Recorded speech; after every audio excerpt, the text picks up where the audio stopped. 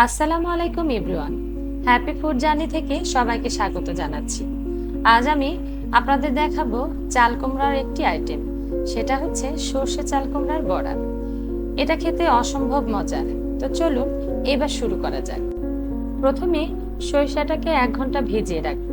তারপর সরিষাটাকে ভালো করে ধুয়ে পরিষ্কার করে নিব।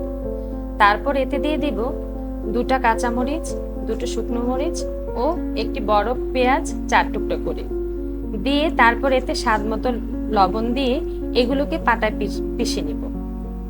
আপনারা চাইলে ব্লেন্ডারে ব্লেন্ড করেও নিতে পারেন। এরপর চাল কুমড়াটাকে কেটে নিব। ঠিক এইভাবে মাঝখানে একটু জয়েন্ট থাকবে। তারপর এই চাল কুমড়াটাকে একটু ভাপিয়ে নিব। তার জন্য চুলায় পর্যাপ্ত পরিমাণ পানি দিয়ে দিব। পানি ফুটে উঠলেই দিয়ে দিব সামান্য হলুদ ও অল্প লবণ। তারপর দিয়ে দিব কেটে নেওয়া চাল কুমড়োগুলো দিয়ে 1/2 মিনিটের মতো সিদ্ধ করে নিব।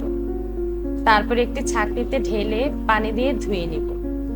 তারপর চাল কুমড়োর পানি নিংড়ে গেলে একটি পাত্রে নিয়ে নিব এবং তাতে দিয়ে দিব 1/2 চা চামচ হলুদ গুঁড়ো, 1/2 চা চামচ মরিচ গুঁড়ো ও স্বাদ মতো লবণ দিয়ে হালকা হাতে মেখে নিব।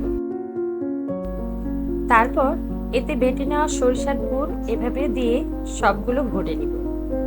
এভাবে সবগুলো ভরা হয়ে গেলে ফ্রাই প্যানে তেল গরম করতে দিয়ে দিব। তেলটা গরম হলে পুর ভরা চাল কুমড়া দিয়ে ভেজে নিব। এক পাশ হয়ে গেলে একটু সাবধানে উল্টিয়ে নিতে হবে। তারপর দুপাশে হালকা বাদামি করে ভেজে নিলেই হয়ে যাবে আমার অসম্ভব মজার সর্ষে চাল কুমড়ার বড়া। এটা গরম ভাতের সাথে খেতে ভীষণ মজার। এবার সাজিয়ে নিব।